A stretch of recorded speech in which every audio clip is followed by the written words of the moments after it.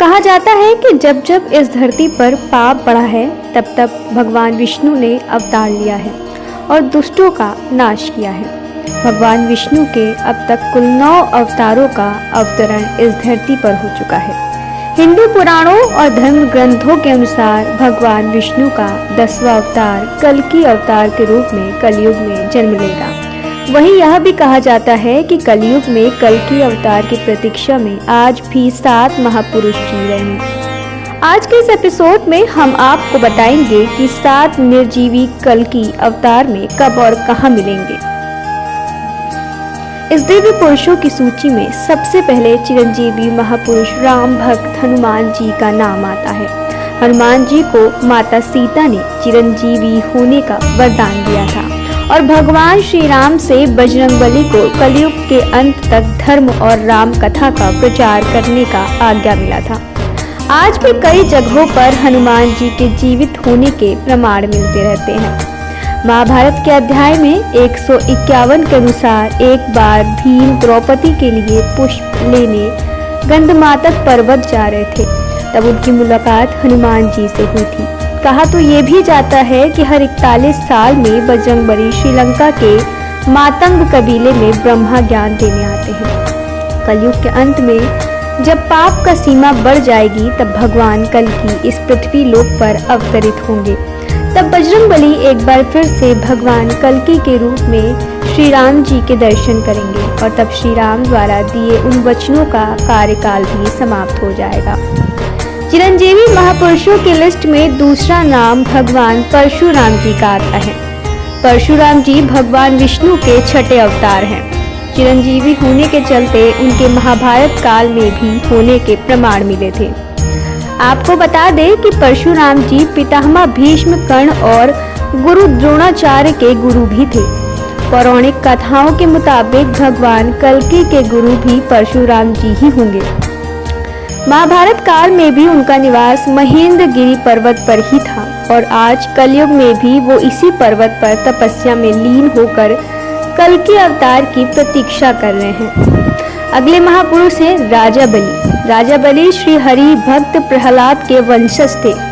उन्होंने अपने बल से तीनों लोकों को जीत लिया था। इसके साथ ही उन्होंने बहुत बड़ा दानवीर भी माना जाता है। पौराणिक कथाओं की माने तो भगवान विष्णु ने राजा बलि के घमंड को तोड़ने के लिए वामन अवतार लिया था।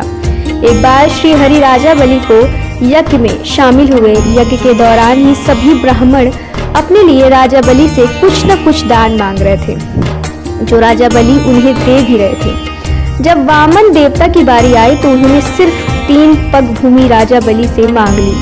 तब राजा बलि और उपस्थित सभी ब्राह्मण हंस पड़े। राजा बलि ने कहा, आप अपने छोटे छोटे पैरों से कितना जमीन नाप पाएंगे, आप कुछ और मांग लें। लेकिन वामन देवता अपनी मांग पर डटे रहे। तब राजा बलि ने कहा, जहां आप चाहो 3 पग जमीन ले लो। तब वामन देवता ने अपना विराट रूप धारण कर लिया और एक पग के देवलोक और दूसरे पग पृथ्वी और पाताल लोक नाप लिया। इसके बाद उन्होंने कहा कि तीसरा पग कहाँ रखूं राजन। राजा बलि ने अपना सिर आगे कर दिया और कहा, वामन देवता ने राजा बलि के सर पर पैर रखकर उन्हें पाताल लोक भेज दिया और उन्हें सूतक लोक में बसा दिया, जहां वो आज भी अपनी मुक्ति के लिए कल्कि अवतार की प्रतीक्षा करते हैं। एक और महापुरुष विभीषण के बारे में भी कहा जाता है कि वह कल्कि अवतार का इंतजार कर रहे हैं। लंका अधिपति विभीषण प्रभु राम के अनन्य भक्त थे। तब लंकापति रावण ने माता सीता का हरण कर लिया था। तब विभीषण ने अपने भाई रावण को काफी समझाया था कि भगवान राम से शत्रुता ना करे, जिसके बाद रावण ने उन्हें अपनी लंका से निकाल दिया था।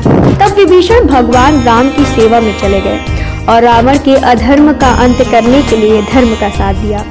यही कारण है कि भगवान श्री राम ने विभीषण को चिरंजीवी होने का वरदान दिया था, जो कि आज के युग यानी कलयुग के अंत तक जीवित रहेंगे। विभीषण के जीवित होने के प्रमाण रामायण काल के बाद महाभारत काल में भी मिले थे। युधिष्ठिर के राजकीय यज्ञ के दौरान सहदेव विभीषण की मुलाकात हुई थी। कलयुग में विभीषण कहा है, इस बात की तो जानकारी किसी को नहीं है, लेकिन यह जरूर पता है कि उनका उस युग में भी होने का सिर्फ एक लक्ष्य है, जो है अपने प्रभु के अवतार कल्कि से मिलना। कहते हैं कि गुरु द्रोणाचार्य के पुत्र अश्वत्थामा आज भी कहते हैं कि गुरु द्रोणाचार्य के पुत्र अश्वत्थामा आज भी इस पृथ्वी लोक पर मुक्ति के लिए भटक रहे हैं। महाभारत के युद्ध में अश्वत्थामा ने कौरवों के साथ दिया था। धर्म ग्रंथों के अनुसार भगवान श्री कृष्ण ने ब्रह्मास्त्र चलाने के कारण अश्वत्थामा को कलयुग के अंत तक भटकने का श्राप दिया था। अश्वत्थामा के संबंध में प्रचलित मान्यता की मध्य प्रदेश के असीरगढ़ किले में मौजूद प्राचीन शिव मंदिर से अश्वत्थामा हर दिन भगवान शिव की पूजा करते हैं। अश्वत्थामा भी कल्कि अवतार की प्रतीक्षा कर रहे हैं। कहा जाता है कि अश्वत्थामा भगवान शिव का इकलौता ऐसा अवतार है जिसकी पूजा नहीं की जाती है, परंतु कल्कि अवतार में अश्वत्थामा का एक अहम रोल होगा जो आने वाली पीढ़ियों तक उसका गुणगान करेगी। छठे चिरंजीवी महापुरुष हैं महर्षि व्यास। महर्षि को वेद व्यास के नाम से भी जाने जाते हैं क्योंकि उन्होंने चारों वेद, महाभारत, 18 पुराण और भगवत गीता लिखी थी। महर्षि व्यास जी ने भगवान कल्कि के जन्म से पहले उनके अवतार के बारे में ग्रंथों में लिख दिया था। महर्षि देवव्यास बहुत बड़े तपस्वी होने के कारण आज भी कलयुग में भगवान कल्कि के दर्शन के लिए तपस्या में लीन होकर इंतजार कर रहे हैं। कलयुग के आखिरी और 7वें चिरंजीवी महापुरुष हैं कृपाचार्य। संस्कृत ग्रंथों में उनके चिरंजीवी के रूप में बताया क्या है। कृपाचार्य अश्वत्थामा के मामा और पांडवों और कौरवों के आचार्य थे। भागवत के मुताबिक कृपाचार्य की गणना सप्तर्षियों में की जाती है। कहा जाता है कि इतने बड़े तपस्वी थे कि उनके तप के बल और चिरंजीवी रहने का वरदान मिला था। वहीं कुछ लोगों का मानना है कि उनकी निष्पक्षता के आधार पर उन्हें चिरंजीवी रहने का वरदान मिला था। कलयुग में कृपाचार्य अधर्म का नाश करने में कल्कि अवतार की मदद करेंगे।